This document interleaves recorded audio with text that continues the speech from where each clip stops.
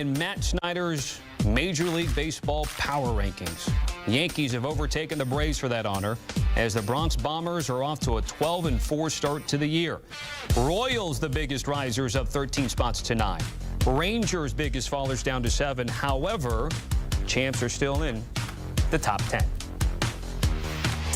Let's welcome in Matt Snyder and our MLB insider, Jim Bowden, for their weekly spot here, of course. Snyder with his power rankings, Jim with reaction, and any team news that we need to know about. All right, the Yankees claim the top spot.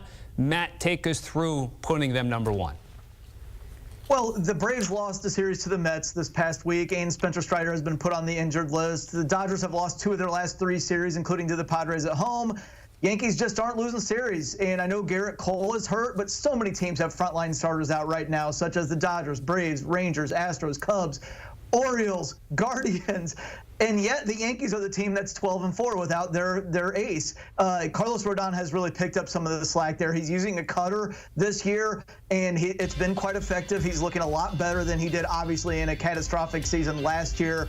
Marcus Stroman's looked good as well. How about Anthony Volpe offensively? He's just about to turn 23. He looks like he's making the leap here, and now that he's earned the leadoff spot, hitting in front of Juan Soto and Aaron Judge, oh, that's going to do wonders for his development. I don't think that the Yankees are going to hold this spot all year, or maybe not even until next week, but I thought that they deserved it right now over the Braves and Dodgers.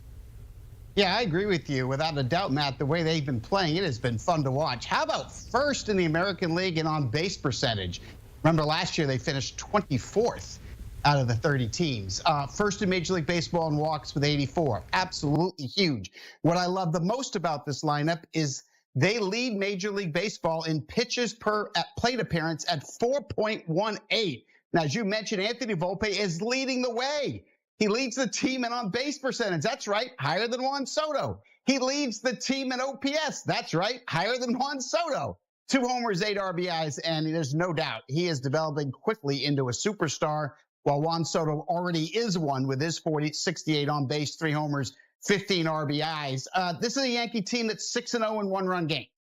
They have won the first 5 series. This is only the 3rd time in Yankee history they've won the first 5 series. You can't make this up. They have the lowest team ERA after their first 15 games since 1968.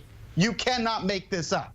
Now, I text Aaron Boone this hour, and I asked him, what has been the under-the-radar key to the Yankees? This is what he texts me. Although we haven't got a ton of innings from our starters yet, they've given us a chance to win every game. Team is playing with a great purpose. And the difference between last year and this year is they're competing really well throughout the entire game, all 27 outs. And their edge has been their energy. So there's no doubt these Yankees are a story, and they deserve to be on the top of Matt Snyder's list. I always enjoy a Jim and text flex, and that was some great info from Booney there. By the way, Yankees trying to get back to the postseason. They'll be division heavy at the Rogers Center with the Blue Jays and then back home with the Rays this week. All right, Matt, let's get to Milwaukee, which climbs to the top 5. They have that series win over the O's. Again, no Craig Counsell, no Corbin Burns, Brandon Woodruff they have, but he's on the shelf. What stood out to you and continues to stand out to you about what the Brew Crew's doing? I mean, they just keep winning series. Look, they're 10-4 right now, 7-2 on the road. They've hardly even been at home. They took 2 of 3 in Cincinnati. They took 2 of 3 in Baltimore, and they almost swept the Orioles. They had a lead late in the game yesterday. I think a little bit of that bullpen depth crept up on them there because Devin Williams is hurt, and so you have to knock everybody back a spot there in the bullpen, and that finally caught up with them there. But still, a great road trip again, 10-4. They're 3rd in the National League in runs scored, 2nd in OPS.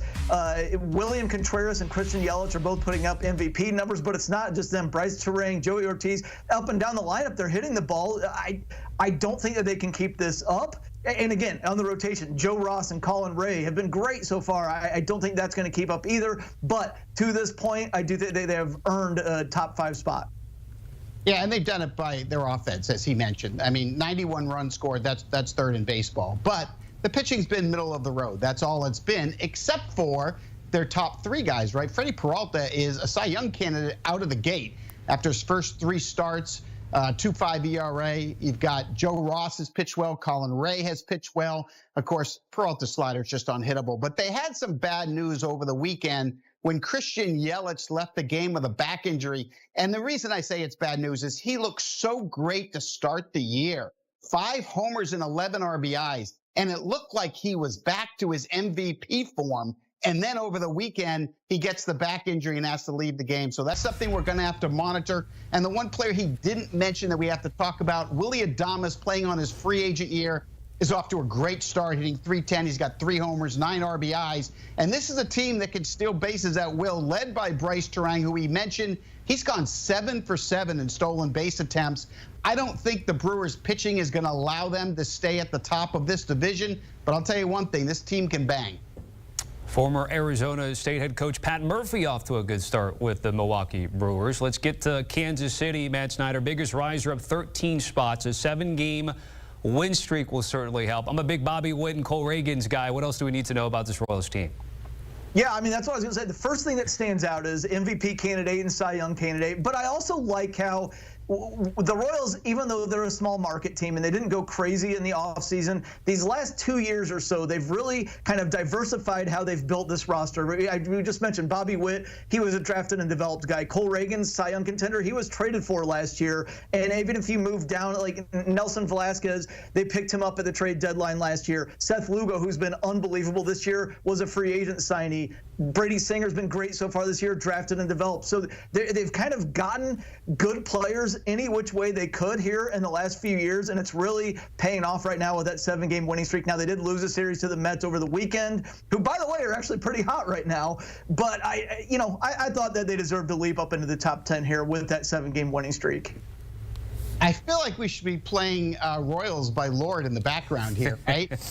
I think coming into this season, we knew what the Royals' game plan was, which was we're going to build the rotation so we can at least stay in games, right? And as Matt mentioned, last June, they traded Aroldis Chapman to Texas for Cole Reagans, who, yes, is a Cy Young candidate.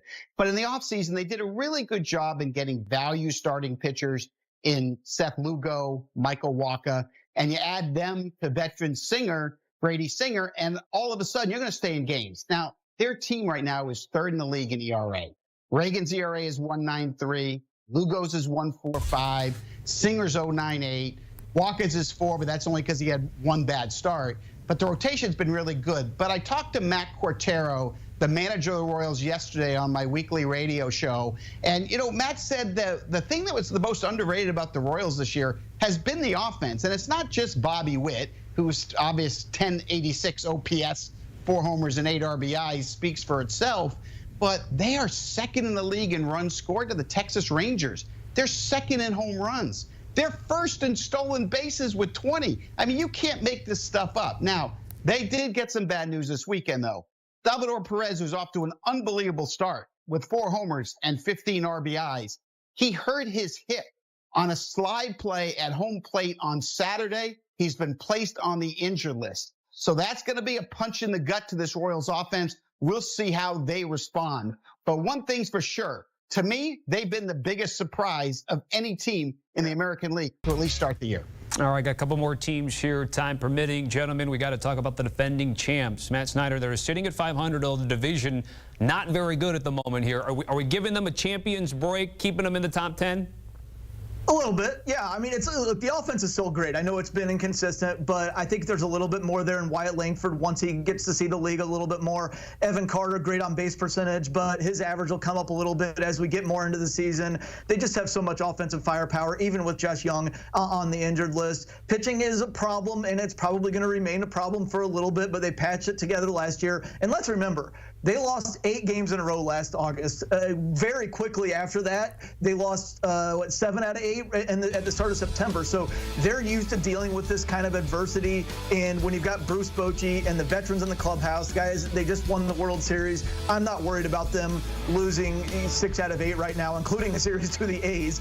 But yeah, they've been bad recently, so they were due a little bit of an emotion. But yes, I gave them a little bit of a champion's break there.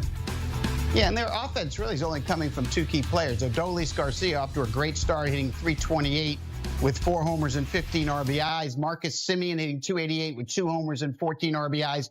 Those 2 guys have carried the offense. Really, the rookies, Evan Carter and Wyatt Langford, haven't gotten started yet. The offense will get better. Now, on the pitching side, Cody Bradford's off to an unbelievable start. 3-0 with a 1.4 ERA. Bad news over the weekend. he was placed on the injured list with a back injury. And that was a huge setback because Bruce Bochy had announced on Friday that he was going to stay in the rotation, even with Mike Lorenzen being put on the active list. So that was significant news at the time. Hopefully it's not a serious injury because he had been a story to start the year. But there is no doubt this Texas Rangers team is going to be a lot higher on Matt's power rankings in a few weeks. They are off to a slow start. I'm not worried about them.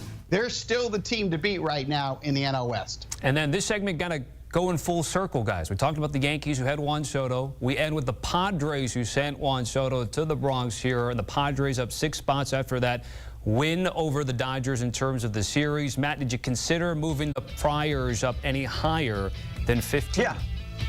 Yes, I did. I mean, there's a huge clump there. I mean, look at those 10. Oh, you could argue almost anybody should be higher, or almost anybody should be lower. Look, the Padres set the tone last week when they were down 8-0 on Monday to the Cubs and came back to win that game 9-8. And then they got their first series win by winning 2 days later against the Cubs. Then they go to Dodger Stadium and win 2 out of 3 there. Fernando Tatis Jr. looks great. Manny Machado maybe last night started to get it going with a big game there. Musgrove needs to be better in the rotation. They need to be more consistent as a team. But this last week, they looked really, really good, starting with that comeback on Monday. Yeah, it certainly did, Matt. And, you look at Jake Cronenworth, who changed his bat angle, raised his hands a little bit, and he's got 3 homers and 14 RBIs to start the year because of it. Jurickson Profar, the left fielder, off to a surprising start. He's hitting .321 with a couple of homers. You mentioned Tatis, 5 homers, 12 RBIs. He looks like the guy before the positive PE test, before the injuries to his shoulder. He looks like a beast. And how about Jackson Merrill? What a start for the 20-year-old rookie. Looks great defensively in center field after being a shortstop most of his life. He's hitting .333. He leads the team with 12 runs scored. He's been a huge story. But I want to talk about the new pitchers in new roles with the Padres. We start with Dylan Cease. He has a 2.16 ERA in his first few starts. And Michael King is 2-0 with a 4 ERA, and that includes 1 bad start. But they have been huge. And then I think the biggest story for the Padres and the key has been the closer spot. Remember, they lost Josh Hader, arguably one of the best closers in baseball in free agency. Robert Suarez takes over. He is 5 for 5, Tommy Tran, in converting saves. That's been the key for the fast start for the Padres. Coast to